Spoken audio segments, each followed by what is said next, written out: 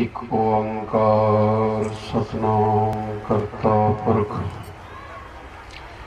निरभव निर्वैर अकाल मूरत अजूनी सैभं गुर प्रसाद जप आद सच जुगाद सच है भी सच नानक होसी भी सच। ब्रह्म प्रणाम प्रणाम गुरु पुन प्रणाम सब संत करत मंगला चरण जय नासत विघ्न अनंत। जागदी जोत शब्द गुरु 10 पातशाहियां दा स्वरूप जुगो जुग टाल चवर छत्र तख्त दे मालक शब्द गुरु श्री गुरु ग्रंथ साहिब महाराज गुरु की पावन हजूरी विच स्टेज ते उपस्थित महान आत्मा बीतराग तपस्वी विद्वान महापुरुष सत्कारयोग अति सत्कारयोग साडे श्रीमान साहब जी अथवा गुरु की प्यारी सत्कारयोग साध संगत जी, वाहिगुरु जी का खालसा वाहिगुरु जी की फतेह। ये सालाना गुरमत संत समागम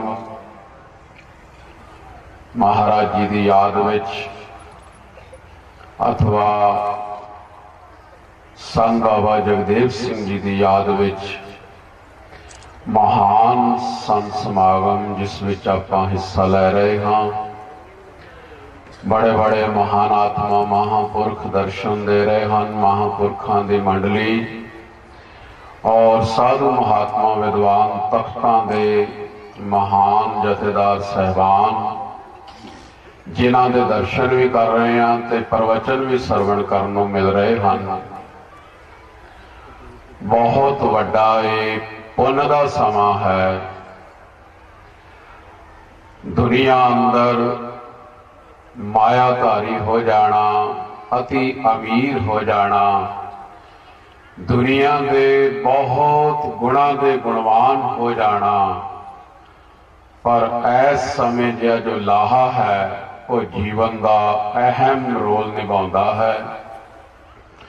किसी भी बख्शे हुए महापुरख की कोई भी एक कमाई की कणी साडे जग्यासुआ संगत के हिरदे विच किते बीजी जाए तो एक कणी नाल एक बीज नाल वृक्ष बन सकता है। इस प्रकार महाराज जी जदों स्कूल विच पढ़िया करते सन मालपुर तो समा छुट्टी का होना तो महापुरख सत्कारयोग ब्रह्म ज्ञानी श्रीमान सत्कारयोग संत बाबा हरनाम सिंह महाराज जी के चरणों में चले जाना, उन्होंने संगत करनी, गाए गुआए उन्होंने बचन सुनने। आज ये टूटो मजारा नगर संसार भर विच एक ऐसा रोशन मुनारा बन गया है। नगर निवासी भी बहुत वडभागे हैं जिथे एक ऐसी महान आत्मा ने अवतार लिया। ऐसे महापुरुषों ने महापुरखों की लाग जिन्हां दे अंदर एक ब्रह्म जोत की तरह प्रज्वलित हुई और दुनिया के कोने कोने विच जिन्हां ने गुरमत का नाम का बाणी का प्रचार प्रसारण किया, यही साधु महापुरखों का गुरु साहिबा ने उन्होंने ड्यूटी लगाई है। जितने भी संसार के मत हैं, जिन्ने मतां दे महान आत्मा महापुरख होए हैं, मत चाहे अलहदा अलहदा हैं पर उन्होंने गुरु मत एक है।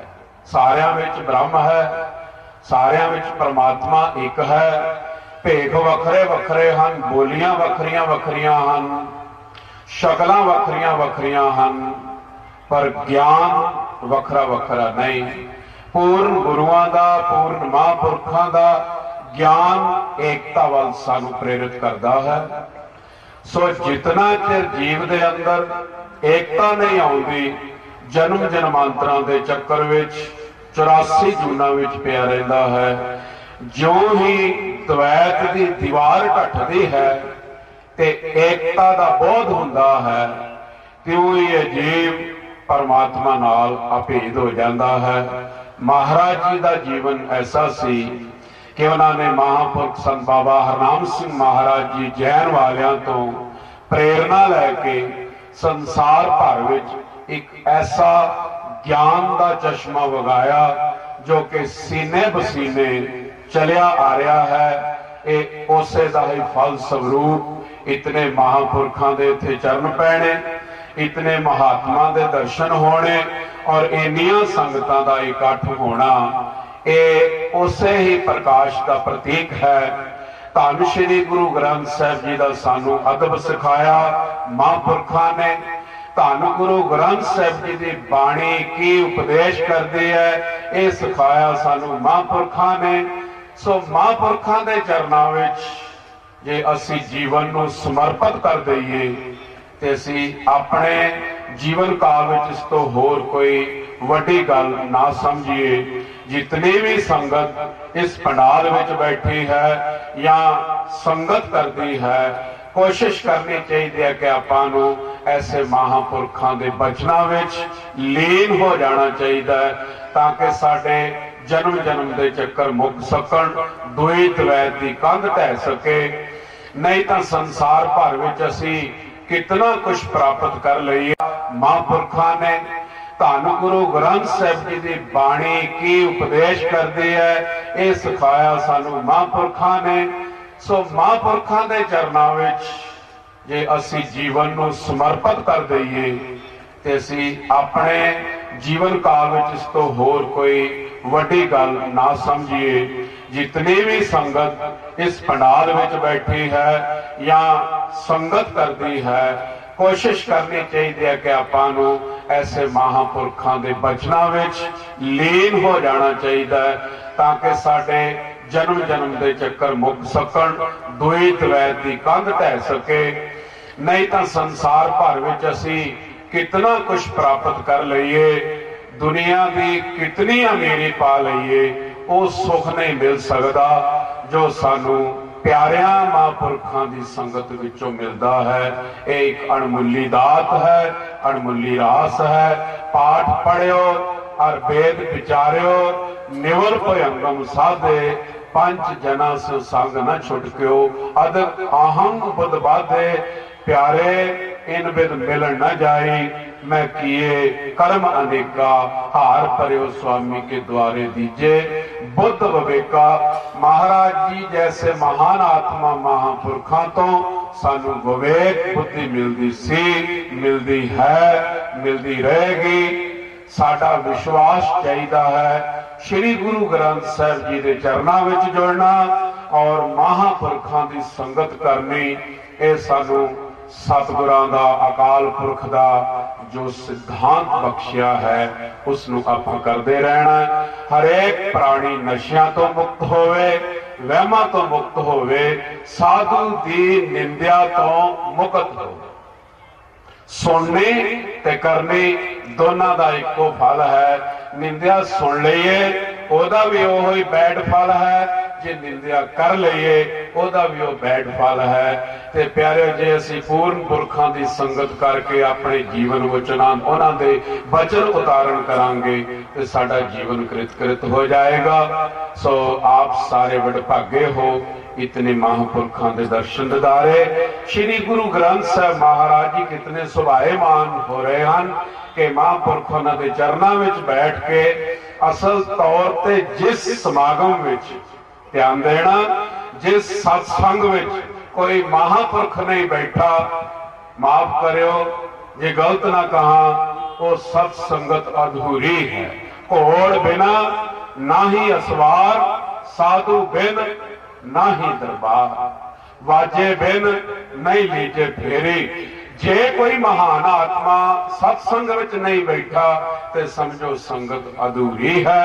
श्री गुरु ग्रंथ साहिब जी के चरणों में कितने महान आत्मा बैठे हैं, सानू उन्हां दे दर्शन ते उन्हां दे पावन बचनों का प्रसाद मिल रहा है। असी सारे कृतकृत हाँ, इतने बचन हिरदे च प्रवान, भुल्लां दी खिमा, सारे महापुरखों नूं डंडौत नमस्कार। गुरु ग्रंथ साहिब महाराज जी नूं करोड़ां वार वंदना।